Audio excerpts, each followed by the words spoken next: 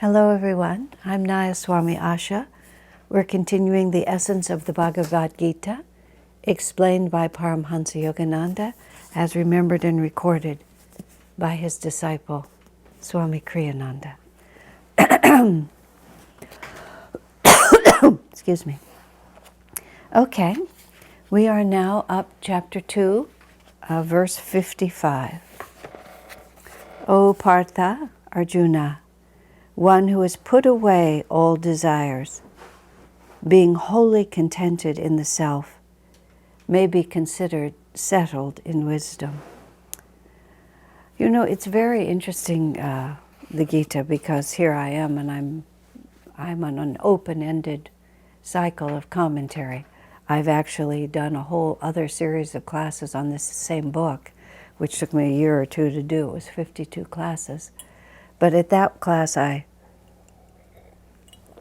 I set a quota for every week, which was 10 pages of this commentary, and I became intensely frustrated because it was just, I felt like I was galloping through, like I'd gone on a holiday to some beautiful country, and I drove through at 90 kilometers an hour. I just couldn't stop and admire anything. So when I started this series, which is now, some years after I finished the first one, I resolved that I would have no schedule, that we would just go on as long as we wanted to. And at the same time, when I'm working with some of these verses, I don't know if the actual word is embarrassed. Perhaps embarrassed is what I would feel. Inadequate is actually the word that I'm looking for.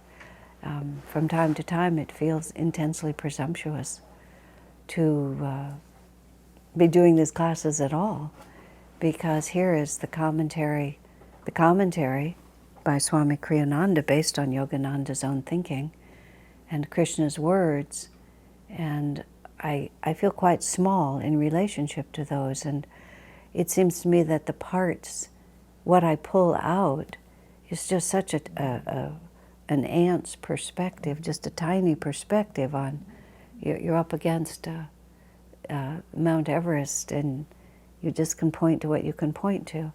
At the same time, one of the many greatnesses of this scripture that Master emphasized was the fact that it can be interpreted on so many levels, and that there is something in this scripture for everyone, no matter where they are on the spiritual path, no matter what they're thinking or feeling, there's something in it for everyone. And so what happens to me sometimes when I read these verses is just some little tiny piece of it will strike me, maybe that's never hit me before, and it could be from so many places.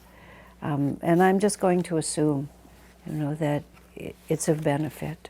And this is not the definitive series. This is the second series I've done in my life on this book, what to speak of on the Gita itself, because Swamiji didn't write this commentary until about 2003 or 2004, somewhere in there. I'm not sure exactly. Let me just take a look.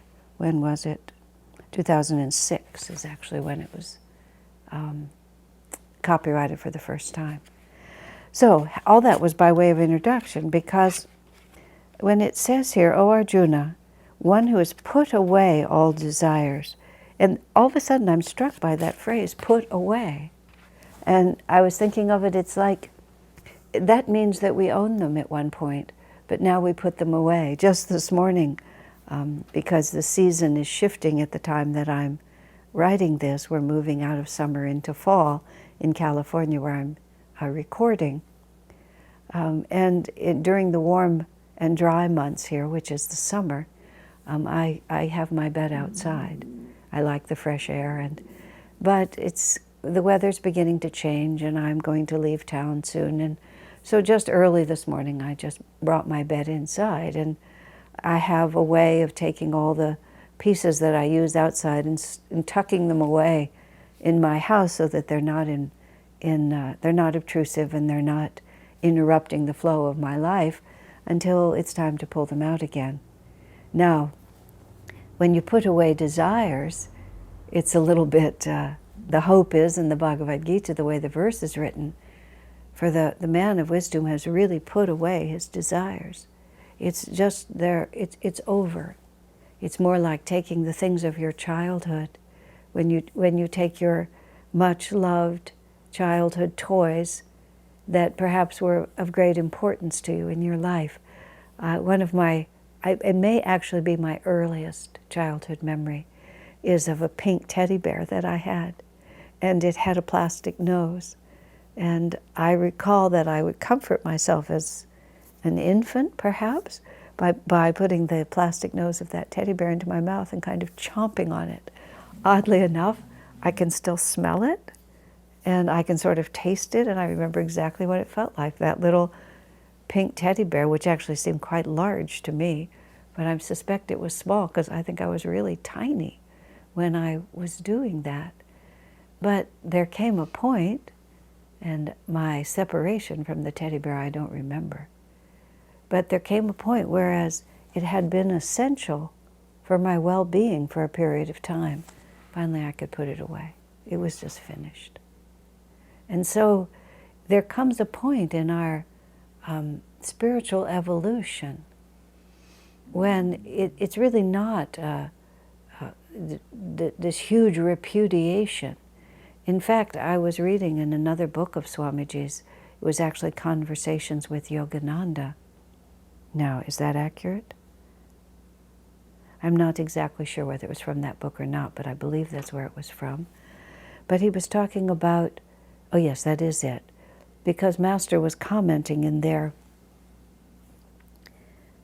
that too much of an emotional renunciation tends to imply an attachment, which is that the item still looms large in your psyche, in your mental sky. So there's this great effort to get rid of it. You know, we repudiate, I remember Ramakrishna, his comment once when someone had, the family had left him for some reason, or he'd lost his job, or he'd lost his money, or he'd lost his home, and he announced that he's going to become a renunciate. And I believe it was Ramakrishna who answered. He said, "It is not you who have renounced the world, it is the world that has renounced you." And of course, a renunciation that's based on things that you wanted being taken away from you is not the same as when they just cease to interest you anymore. Using the very small example of my teddy bear again, it was like I needed it to comfort me, and then I simply didn't anymore. And everything that I had wanted and could get from, the holding of that small object as a small child, it just didn't matter. I'd grown in awareness where I could have the same level of inner peace without having to have that external thing. And so Master is saying too emotional a renunciation is because our energy is still involved. Now, that doesn't mean that such a renunciation is not of value. Sometimes, in fact, we have to behave almost violently. Swami tells the story of a man who was very attached to alcohol, very attached to liquor. And one day he became so fed up with how this drug held him that he took all the liquor bottles in his house and he smashed them one by one on the sidewalk out in front of the street. And that certainly seemed like an emotional action, but once he did that, he was actually done. And then he was able just to put it away. And I think that's how we need to think about things. We need to outgrow them. And so it isn't only that we're thinking about what we're pushing back. We're much more conscious of where we're going. And when you go to school, you don't want to necessarily take your teddy bear to be sucking on the whole time. You have to have a more dignified, even as a child, point of view. And so it is when we grow spiritually, it's that those things, they fall away or we put them away. We just see them lying in front of us. Oh, I don't need this anymore. I used to need this. In another example of attachment to alcohol, Swami tells us about a disciple of Master who was initiated into the practice of Kriya. And when we do our Kriyas, we often have a mala on which we count the rounds of Kriya that we do. And so this man was attached to liquor, but he also was a devotee and wanted to do his Kriyas. So he sat with a mala in one hand, doing his Kriyas, and a bottle of liquor in the other. And he would sip the liquor sometimes, and then he would do more Kriyas, then he would sip a little bit of the liquor. This is a true story. And when one of the more self-righteous disciples criticized him for how can you embrace this spiritual life while still clinging to something so inconsistent as to be attached to the whiskey? And the man said, well, I don't seem to be able to do anything about my addiction, so at least I can bring something good into my life. And the day came when he was able to look at the whiskey in one hand and the mala in the other, and then he was just able to put away the whiskey. And he never took it out again. Swami Kriyananda, when he created the Nayaswami order, the new Swami order, which is a reformation of the ancient Swami order, he shifted the color of sannyas for us from orange to blue. And the purpose is very closely related to what I'm talking about here. Blue is the color of Krishna, it's the color of Christ consciousness. It's where we're going, to see that blue field in the spiritual eye and then narrow it and go through the white star of Christ consciousness there. And so our entire focus as renunciates is for what we're expanding into and embracing. Whereas the traditional color was orange, and orange is the color of fire. And the idea was that your limitations and delusions are being consumed, which of course is a beautiful image. The power of fire to transform us is all through spiritual practice, because it has so much force, and it's powerful to concentrate on. But nonetheless, the focus then is on what we're renouncing. And for this ascending age of Dwapara, moving into an age of energy and a different understanding, it's more dynamic to think about where we're going. And then everything else will just fall away. We're able to put away those desires, because compared to, we hold in one hand the habitual fulfillments of subconscious reality, of physically oriented reality, and we hold them quite tightly for a time. But then after a while we just lose interest and it just falls away. People find themselves, especially when they practice Kriya Yoga, when the inward practice, as Krishna called it, even a little practice of this inward religion is how Swamiji translated that, meaning the practice of inner transformation and not merely ritual or dogma. Even a little practice of this frees us from dire fears and colossal sufferings. And it does so because our inner inclinations simply shift. And sometimes people who are following the path of Kriya Yoga, because the way Master's path unfolds and the way Kriya Yoga itself works, you're shifting your consciousness in an extremely integrated manner.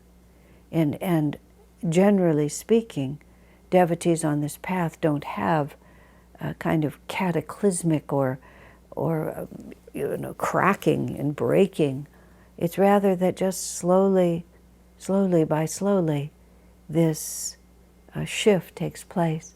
I have an oven that has a window on the front of it, and it's possible to turn the light on. And I don't do very much cooking anymore, but I used to bake bread, and sometimes I would bake cookies. And you sort of watch the bread kind of grow in there, and then it gets crisp and it begins to smell very fragrant, and you can watch through the window. I mean, it happens very slowly, but it cooks. Just exactly that. It becomes done. And so it is with our practice of Kriya. We swell in our consciousness, and we begin to become sweet. We exude a fragrant and attractive perfume. And often people don't quite realize how much they've changed until something happens and one realizes that one's spontaneous response is completely different.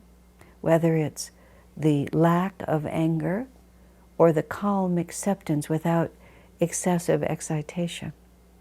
But we just realize that things that used to belong to us, we've put them away. Just as the Gita says, we put away those desires. We just don't have to be like that anymore. And that's true freedom. That's not affirmation or sort of the fierce exercise of will. It's just that they're not part of our lives anymore.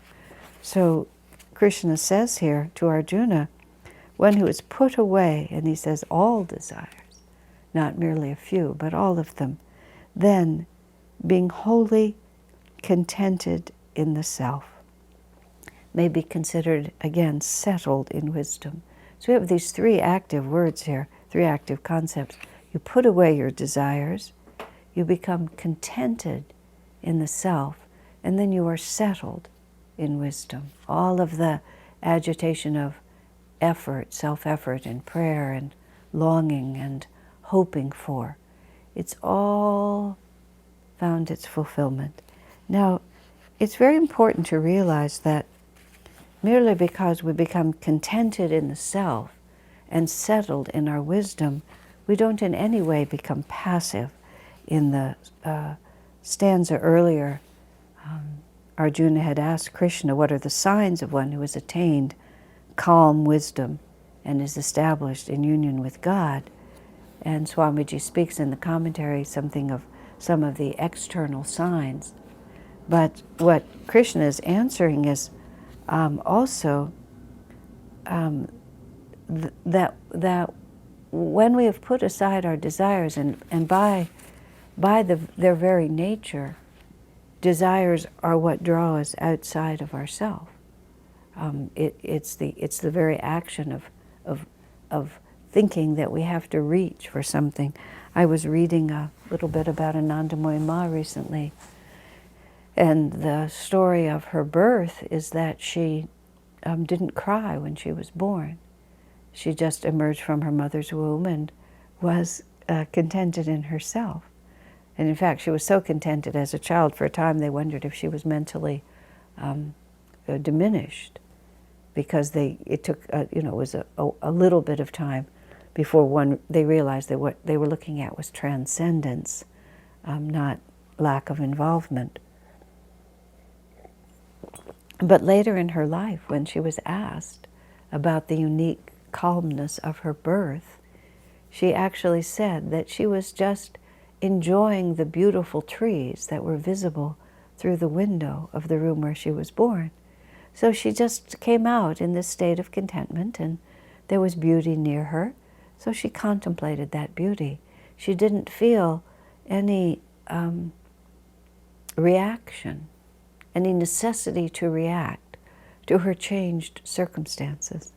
In Autobiography of a Yogi, when Yogananda has a visit with Anandamoyi Ma, and he asks her about herself, she describes the stages of her life. I was a young girl, I was married, I was a wife, I grew older, and her response to every condition that she describes is, I was always the same.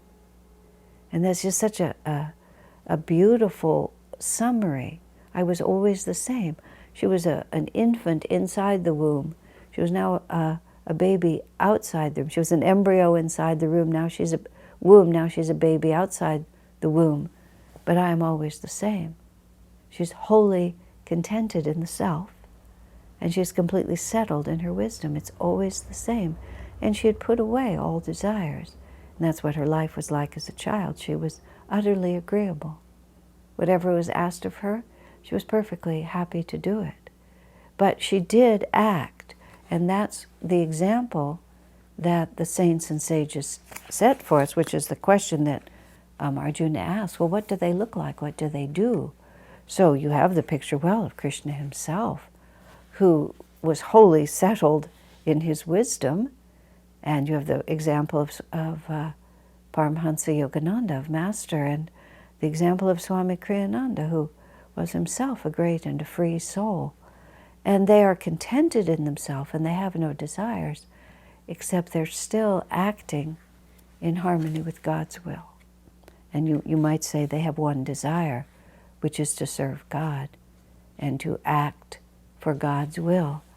When Swami Kriyananda spent time in India, the first time, which was from 1958 to 1962, when he was a young monk, he had the opportunity to spend a great deal of time with Anandamoyi Ma.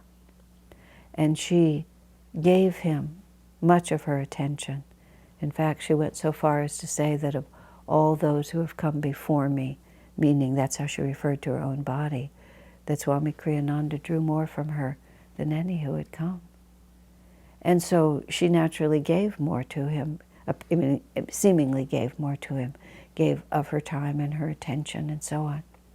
And because there were always many people who were eager for Ma's darshan and for her satsang, at one point Swami Kriyananda said, "I feel selfish taking so much of your time." And Anandamoyi Ma, who was really a saint of wisdom, spoke back to him and said, "How can there be selfishness if that which you cling to dissolves the very thought of self?" It's a very interesting way to say it. In other words, if you desire to serve God, there's no small self that's being gratified by that desire. The very action is the dissolution of even the capacity to have an ego. So those souls who are egoless, who are free, who are content, who are settled in their wisdom, from that inner reality, they put forth far more energy than most in order to fulfill the divine responsibilities that are given to them. Swami Kriyananda was a young man when he became a disciple of Master. Swamiji was only 22 at that time. And Master saw in him this perfect temperament, this perfect inclination, and the perfect collection of qualities for the task that was going to be needed after Master died in order to bring into right manifestation the power and clarity of what Master came to bring.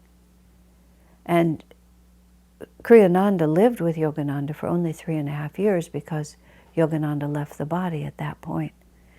But during that time, he made it very clear to Kriyananda that he had a specific destiny that it was necessary for him to carry out. And he often said to Kriyananda, "You have a great work to do." And Swamiji said he never took that as any kind of a ego-based accolade. It was never that you're a great devotee and therefore you're going to do these great things. He never saw it as that. He saw it as a responsibility, a commission, if you will. His Guru was commissioning him to accomplish these certain things. And because of his discipleship, because he had put away all desires to act for his own aggrandizement, and he wanted only to be a good disciple, from the moment of becoming a disciple until his last breath, Swamiji was devoting everything that he could bring to bear, everything, every ounce of strength or creativity or intelligence or determination, everything to carrying out what his Guru had asked him to do, because he was settled in his wisdom, Swamiji was. And his wisdom was, I need to serve my Guru and be his disciple. So we mustn't think to be contented in the self means that we are absolved then from serving the world. The great yogis show us, some perhaps serve more actively and some more inwardly, but all serve, because all desires are put away. Master Swami tells the story in here specifically to express it, that once Master was on his way to a lecture and he, for some reason, had been delayed and was late, and he was running down the street to get there in time. And someone said to him, "Now don't be nervous," said to Master. And Master said, "You can run nervously or you can run calmly. But not to run when you're late is to be lazy." And that pretty much sums it up. It's not a question of inaction, which is something that the Gita discusses at great length. It's a question of our inner consciousness. And to be contented in the self, again, means simply that the energy is not drawn out for self-aggrandizement. All those desires are put away. And I long for nothing. I long for nothing that has to do with the egoic self. The only longing one has is the longing for those things that are divine. So, number 256. He whose consciousness is unshaken by affliction and is not excited by good fortune, who no longer hungers for earthly affection and is without fear and anger, such a man qualifies to be considered a Muni of steady discrimination. A Muni is one who has dissolved his ego consciousness in God, Swamiji explains. Again, we have these, before we had put away all desires, contented in the self, settled in wisdom. And once again, we have a series of active words here. Active, inactive, unshaken by affliction, not excited by good fortune, and no longer hungers for earthly affection.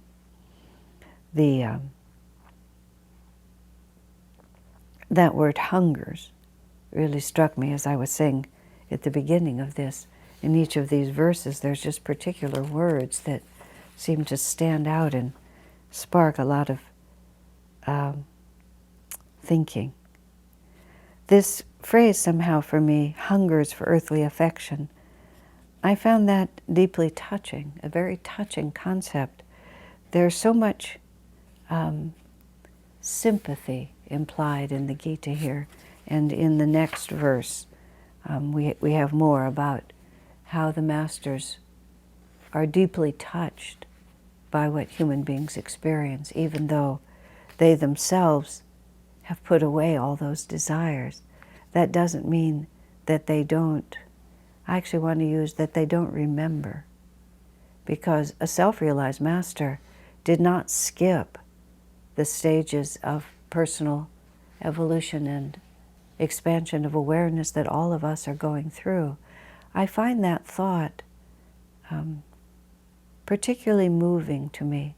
I think at different stages of spiritual life, different ideas, at different stages of my life, I'll speak for myself, different ideas sort of rise to the center of my consciousness and hover there for a while until whatever they have to teach me or whatever I'm able to learn from them in that moment is done, and then they go away to be replaced by something else. And sometimes, of course, the same ideas return. Our progress up the spiritual path is like a spiral staircase. It's not just a straight line. We keep coming back around, perhaps at a slightly higher level, but we keep circling back around the same necessary learnings, the same understandings.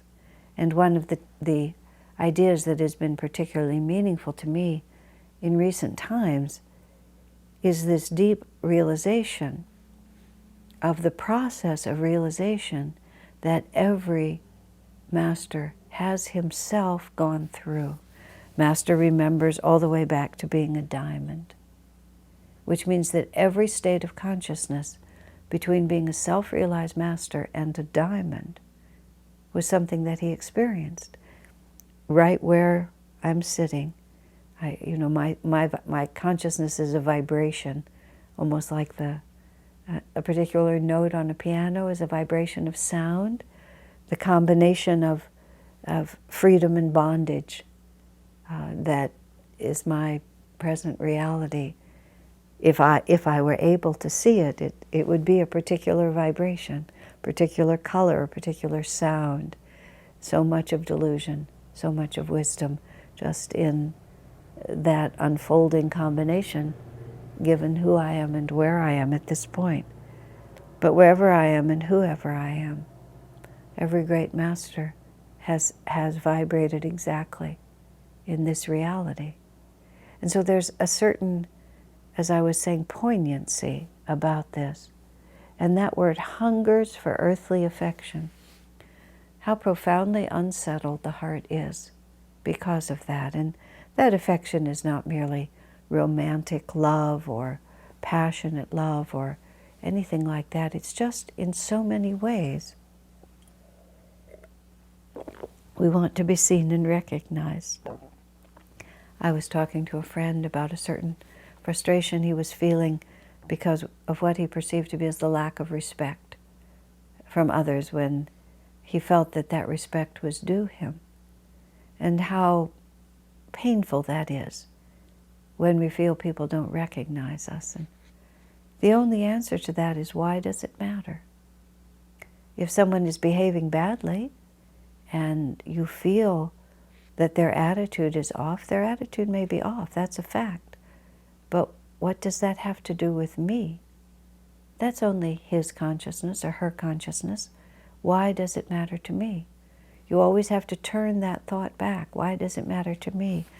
I had a very poignant realization, speaking of one's own experience.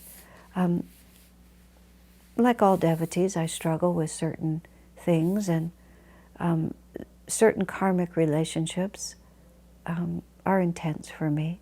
I know people have karmic, all relationships are karmic, but what I mean by that is sometimes we have these encounters that are more intense than others, just from past lives. I remember a woman who was dying. She was dying of cancer.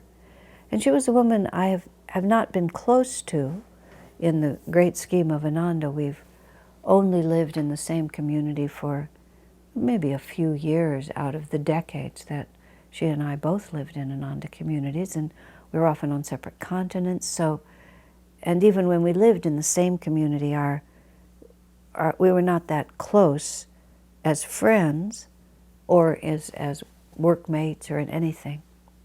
But apparently I loomed larger in the field of her reality than she loomed in mine, would be the only way I would say it. There was more unfinished business from her toward me than I felt toward her. I always respected her and liked her. She was always intriguing to me, and I felt there was a lot of depth there. At the end of her life, she called me because she was trying to finish her karmic business. And she confessed that she'd always had a difficult time with me. I was completely oblivious to that. She spoke of jealousy and a couple of other qualities, which, you know, I have my karmic conundrums with individuals that I look toward where the relationship is more problematic.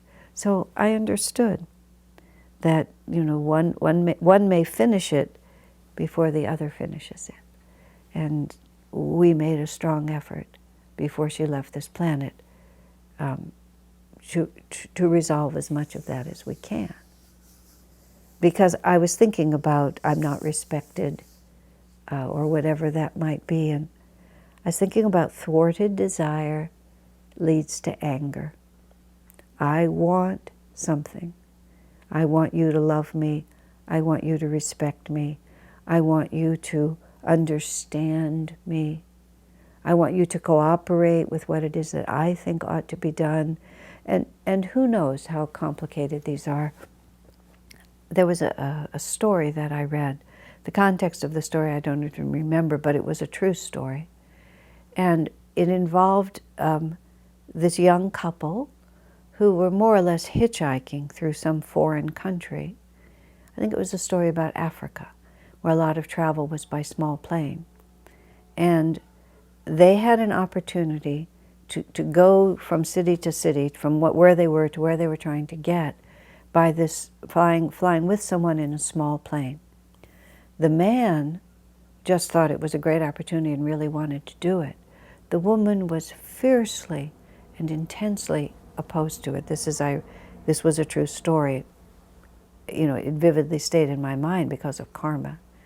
And she fought with her partner intensely and fiercely to try to persuade him not to take that plane. But he was determined, and they both got on the plane, and the plane crashed and they died. So I think to myself, you know, how angry is she going to be with him when she sees him in the next incarnation? This kind of causeless anger, this deep distrust, this almost panicky determination to get her own way in every decision, from situations she doesn't remember. Desire frustrated leads to anger. And I was looking at a relationship that I sometimes struggle with, and I realized it's all about anger. And not that I feel angry now, but desire was frustrated in past incarnations, and that makes me angry. That makes me out of my center. And so it's very difficult to know what's really happening because of the reactive process. I would like to put this struggle mostly in the past tense. I would like to say entirely, but I have to say mostly. We hunger for human affection. And when that desire is thwarted, we become angry. And the strange thing you see is when the desire is thwarted, you become angry. And angry can quickly turn to hatred and dislike. Because you don't get what you want, you become angry because you don't, and then pretty soon you don't like that person anymore. And thus we seesaw, as Swamiji said, between hate and love and hate and love. But it's all because we hunger for human affection. And we can't just casually just say we're not going to, because it's the longing. And that longing is really the longing for God, which is kind of quick to say, but not so easy to realize. I remember a woman that I knew well who deeply and sincerely wanted romantic love. She wanted to have a partner in her life. She wanted to share that kind of emotion and intimacy. And she was talking about it to me, and she said sort of like this, I know, it's really God I'm looking for. I said, no, I really don't think you know that. If you really did know that, you would put away this desire. I said, there's no shame in being who you are, and you'll be much more likely to be able to resolve this karma if you're not always emotionally trying to renounce it.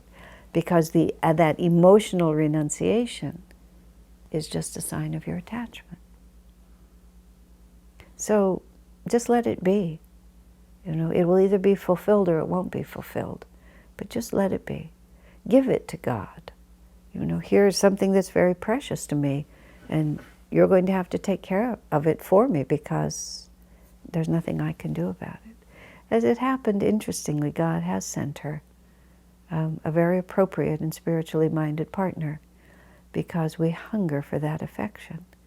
Swamiji also has said something that's very interesting, and it's very relevant to this kind of a feeling also. He said, we learn from being disappointed, but we learn much more from being fulfilled. Because if we hunger for this, and we die hungry, what's left is this deeply held belief that my life would be better if I had that.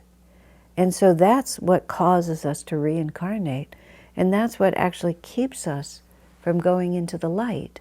When the time comes for us to leave this body and that light appears, it's love and longing for that light which draws us to it, and for the sense of fulfillment that we know will be ours in that light And as we head for that light, those other desires will draw us.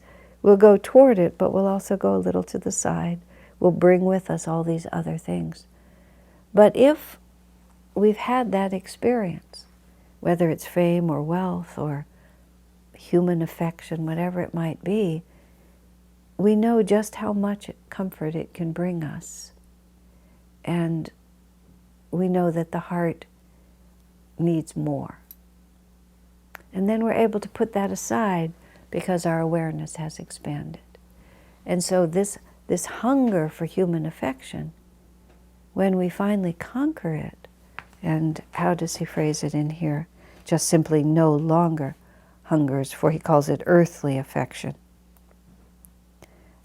Then our discrimination is steady, is how Krishna describes it, because it no longer waffles with this sort of sudden inclination. I've been a Nayaswami now for some years, and part of the expression of that renunciation is the clothes that I wear. You might think that clothes in and of themselves are a small thing, and depending on who you are, they may or may not be. For the many years of being an adult person, prior to the assumption of this renunciate's costume, I enjoyed the wardrobe that I had. I was not extravagant or excessive, but I like fabric, and I like color, and I like style. And I had a nice closet full of nice things, which I very happily gave away. But I was just thinking, even still in my mind, but especially then, I would be walking down the street, for example, and you pass a shop, and you have one intention, and you're just going toward it, but something catches your eye. This is a female thing. There's a color that you particularly like, or a style that is attractive to you, and you're going forward, and all of a sudden you're stopping and going back to look. And that's how it is on our spiritual path. We're going forward toward God, and then we stop, and we're going to look at something. Because it really is literally a hunger. And so to learn to be wholly contented in the self, and to no longer have that hunger, it's a spiritual growth that can't be forced. All spiritual growth has to be based on true and actual experience. And that experience comes from external fulfillment, and that experience comes also from the practice of Kriya, which is raising the energy up the spine until the concentration of our energy is in a more subtle vibration. I was speaking earlier of the balance of delusion and wisdom that an unenlightened, or only partially enlightened, or let's call it a sincere devotee who has not yet realized that unique balance of wisdom and delusion that we have vibrates also in the spine, and is the result of the vrittis that are still active in the spine. And when we do Kriya, and through the power of the circulation of that inner energy, we are dissolving those vrittis, then the dissolution of those vrittis changes our vibration, and our appetites literally shift. Whether it's we suddenly become vegetarians, we lose the appetite for liquor, or we lose the appetite for earthly affection. We just don't need people to respond to us in any way at all. Our sense of fulfillment, even with other people, comes first from our fulfillment in God. Swami Kriyananda remarked, this is included in a beautiful short video called The Legacy of Swami Kriyananda, which one can find on the internet now through ananda.org, among other places. But Swami's voice speaks in that video, this recording of his voice saying, "I love everyone because I love God in everyone." Many, many years ago, a young man came to Ananda village, to our meditation retreat at that time, and the man was very much taken with the experience he had at Ananda. And he spoke to Swami Kriyananda. He was only there for a few days. And he said to Swamiji, he said, "I feel more love from you," speaking to Swamiji directly, and also from the people of Ananda, but saying to Swami, "I feel more love from you for me than I have ever felt even from my own parents and my own family." He said, "How is that possible? You don't even know me." Now, the average person thinks about love in those ways. You meet someone, you get to know them, you find that their character is attractive to you, their personality, their interests, the way they respond, and you begin to love them. And it's based on circumstances, and it requires time. How is that possible, this man said. And Swamiji answered him so simply. He said, "I see in you the presence of God, whom I already love. And so when I see you before me, I love God in you." And he didn't explain it more, Swami just left it there, but you can see what that is. Wholly contented in the self, settled in that wisdom. One looks at all of creation, and instead of stepping outside of the self, instead of being drawn out by that ego identification, which wants to particularize all the experience and find those that particularly suit my little ego identification. You're my child, you're my mother, you're my husband, you're my wife. You think I'm special, you really respect me and my position. All these little things, we're not settled in the self. And so all of that experience becomes quite conditional, doesn't it? Because it's all dependent on all these circumstances being maintained. And it's all individualized, it's all particularized. But if you're wholly settled in the self and you don't move from that, then you look out at all creation, and it's all to you a vibration of consciousness. It's just consciousness vibrating in all these different ways. And you see the divine vibrating in all of it, whether you're looking at the beautiful green trees, as Anandamoyi Ma was when she was born, or if you're looking at the particular manifestation of God as this person or that person or whoever it might be, plants, animals. And if your heart is already given to the divine, and the divine appears to you in this form, then whatever form the divine appears to you, it's always the same. The delusion has been overcome. And that's what Swamiji was saying. This particular man, it was not known to Swami. And Swami also said to him, "It is true, your family may know more about you than I do. They may know the particulars of your life, which I don't know. But I love God, and I see God in you, and that's what I love." And the other part of that is, you see how uplifting that is for the individual, because he is being loved for his true self. Because see, the difficulty with particular human love, earthly affection, is that it's given because, as Master often said, a family has a child and that child may die and the family is stricken with the loss. That very soul could be born next door, but its former parents will not have the same relationship to it, because that affection was not given to the divine essence. That affection was given to the fact that you're my child. You were born to this family.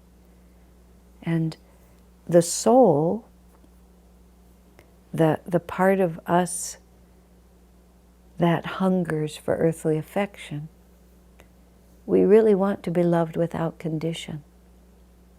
And that's what tends to break up and fragment earthly affections is because the conditions are imposed.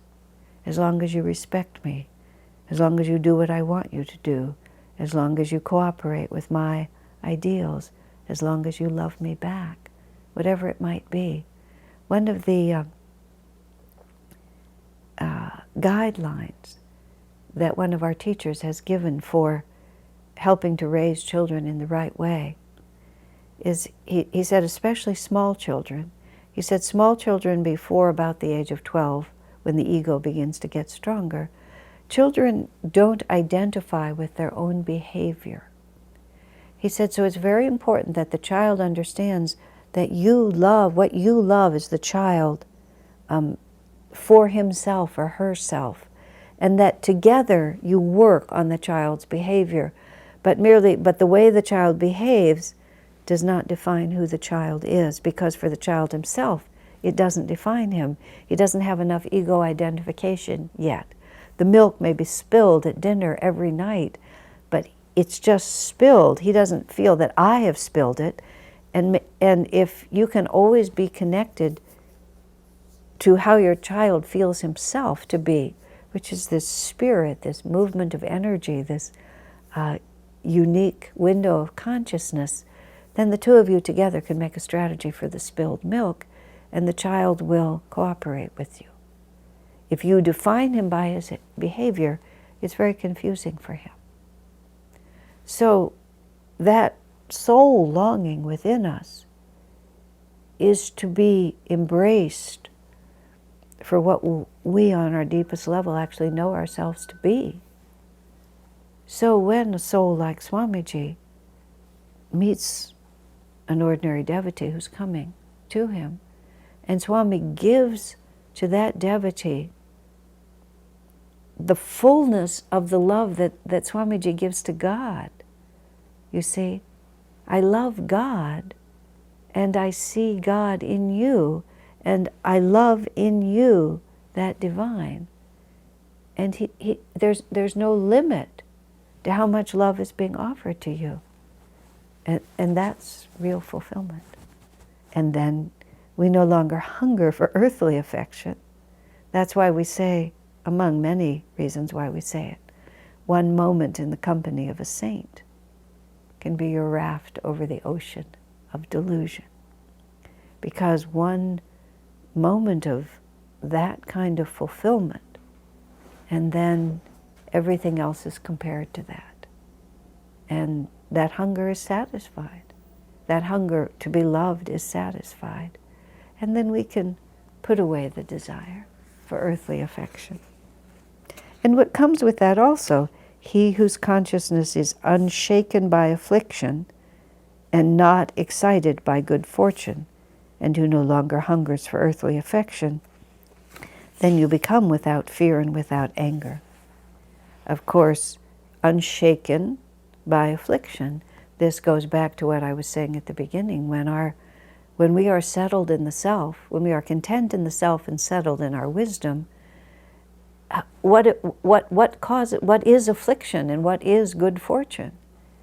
If everything that comes to us from God, and if our dwelling place is in the awareness of our infinite self, then all the waves on the ocean, if we live in the vastness of the ocean and the waves on the surface go up and down, compared to the vastness of the ocean, what is there to respond to? And this is how we are unshaken by affliction. It's just a wave on the surface of the ocean, or undismayed. When good fortune comes, we welcome it. This whole idea of affliction and good fortune is based on a very different model, even of what reality is, or where happiness comes from. You know, the world is dual. When we are settled in wisdom, what we realize is the ephemeral universe is always going to be shifting. It's the nature of creation. It's the one stillness of spirit. Creation is a manifestation of vibration of Om. The one spirit moves, but by its very nature, it's going to go from side to side. The wave, whenever a wave rises high on the ocean, there has to be a corresponding trough, because everything of the ocean is of the ocean. The wave is not separate. Everything of creation that we are experiencing is just these waves of consciousness. And the consciousness behind it is always the same. And this is why on the spiritual path, after a time, we no longer really worry about all the individual fragments of it. All karma becomes generic, is the phrase that I use in my own mind. All the particular brands and the features and the benefits of each particular piece are less important. The only success, to deal with karma successfully, is to remain settled in wisdom and content within the self. And then, if actively this has to be dealt with or that has to be dealt with, good fortune has to be received, and affliction has to be overcome. Swamiji has this beautiful phrase, which I just read recently.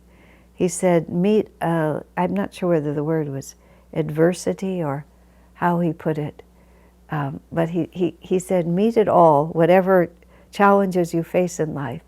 He said, meet it with the smile of anticipated victory. I love that phrase, anticipated victory. Whatever comes to you, anticipate victory. You see, that's a sign of very deep faith in God. That you know whatever is going to happen, it's going to resolve. No matter how high the wave, no matter how deep the trough, eventually the nature of the ocean is that it will all bring it back. The equilibrium will all be restored in the end, just so that it can move again. But we live in the depths of the ocean and it moves on the surface of the sea. It's all the same to us. When Swami Kriyananda died, when his heart stopped and he stopped breathing and he let that body go. He stopped animating that body. His consciousness remains, but he stopped animating that body.